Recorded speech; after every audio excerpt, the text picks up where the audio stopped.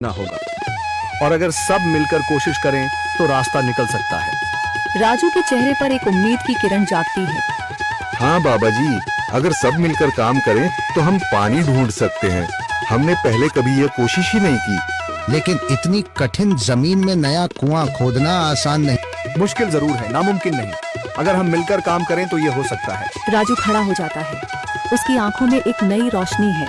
तो फिर हम कल से काम शुरू करेंगे। मैं गांव के सभी युवाओं को इकट्ठा करूंगा। हम मिलकर नया कुआं खोदेंगे। यह कहते हुए वह शामू के साथ गांव के दूसरे युवाओं को बुलाने के लिए निकल पड़ता है। कहीं दूर से गरज की हल्की सी आवाज आती है, जैसे आकाश ने उनकी उम्मीदों की गवाही दे दी हो।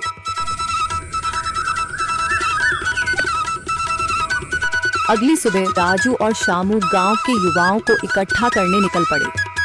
चौधरी महेश की हवेली के सामने एक भीड़ जमा है। बाबा जी, संदरी, गांव के कुछ बुजुर्ग और किसान सभी मौजूद हैं। हम हाथ पर हाथ रखकर नहीं बैठ सकते। अगर अल्लाह ने हमें हिम्मत दी है तो हमें खुद पानी के लिए मेहनत करनी होगी। हम एक नया कुआं खोदेंगे। लेकिन राजू, क्या हमें यकीन है कि वहाँ पानी मिलेगा? बेटा, पानी जमीन के अंदर होता है, बस सही जगह खोदने की जरूरत है। हमने अपने बुजुर्गों से सुना था कि पुरानी नहर के पास जमीन नरम थी, शायद वहीं पानी हो। बाबा जी सही कह रहे हैं। अगर तुम सब यह काम करने के लिए तैयार हो तो मैं अपने कुछ मजदूर भेज सकता हूँ। धन्यवाद चौधरी जी, लेकिन हम सब खुद भी मेहनत करेंगे। यह हमारे गांव के अस्तित्व की लड़ाई है। संदरी, जो अब तक चुप थी, आगे बढ़ती है। हम औरतें भी पीछे नहीं रहेंगी। हम पानी लाने की व्यवस्था करेंगी, खाना बनाएंगी, ताकि तुम सब आराम से काम कर सको। यही हिम्मत चाहिए थी संदर। पूरा गांव एक नई उम्मीद के साथ कुआं खोदने की तैयारी में जुट जाता है। दूसरी ओर कुआं खोदने का काम शुरू हो चुका है। राजू, शामू और दूसरे युवा बेलचे चलाने लगते हैं। मिट्टी बाहर निकाली जाने लगती है। तेज गर्मी के बावजूद सब पूरी हिम्मत के साथ जुटे हुए हैं। दोपहर की तेज धूप जमीन आग की तरह तप रही है। गांव के लोग लगातार कुआं खोदने में जुटे हैं। हाथ छिलने लगे हैं, माथे से पसीना बह रहा है, मगर किसी ने हार नहीं मानी। महिलाएं पानी और सत्तू लेकर आती हैं ताकि पुरुषों को कुछ राहत मिले। हमें और गहराई तक जाना होगा। अब तक सिर्फ सूखी मिट्टी और पत्थर ही निकल रहे हैं। राजू, यह बहुत कठिन काम है। अगर हमें पानी न मिला? अल्लाह मेहनत करने वालों को कभी निराश नहीं करता बेटा। तुम सब अपनी कोशिश जारी रखो, पानी जरूर निकलेगा। हिम्मत मत हारो।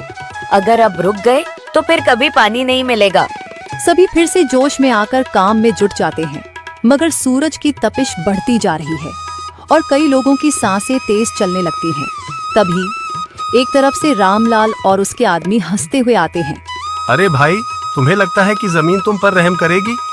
हाँ हाँ, ना समझ लोग, ये सब बेकार की मेहनत है। रामलाल, हमारा हौसला मत तोड़ो। अगर तुम मदद नहीं कर सकते तो कम से कम मजाक भी मत उड़ाओ। मदद? हाँ, मैं अपने कुएं का पानी बेच सकता हूँ, मगर मुफ्त में नहीं दूंगा। राजू सब अनसुना कर फिर काम में लग जाता है। शाम होने लगती है, लेकिन अभी तक पानी का नामो निशान नहीं। कुछ लोग मायूस होकर पीछे हटने लगते हैं। राजू, शायद रामलाल सही कह रहा है। यह सब बेकार है। नहीं शामू, हमें हार नहीं माननी। अगर आज हार गए तो फिर कभी हिम्मत नहीं कर पाएंगे। तभी अचानक फावड़ा किसी कठोर चीज से टकराता है। एक अजीब सी आवाज आती है। राजू चौंक कर देखता है और जल्दी जल्दी मिट्टी हटाने लगता है। अचानक एक ठंडी लहर महसूस होती है। सभी लोग दौड़ कर आते हैं। जैसे जैसे मिट्टी हटती है, नीचे से गीली जमीन नजर आने लगती है। सब हैरान रह जाते हैं। सुभान अल्लाह, मैंने कहा था ना, अल्लाह हमारी मेहनत को जाया नहीं करेगा। राजू और बाकी सभी जोर लगाते हैं। कुछ ही पलों बाद अचानक मिट्टी के नीचे से पानी की एक छोटी सी धारा फूट पड़ती है। गांव वाले खुशी से चिल्ला उठते हैं। पानी पानी निकल आया।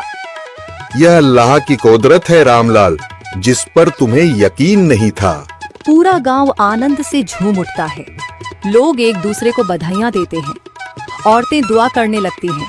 कुछ दिन बीत चुके हैं। गांव वाले नए कुएं से पानी भर रहे हैं, खेतों को सींच रहे हैं और जिंदगी फिर से पटरी पर लौट रही है। मगर रामलाल अब भी अपनी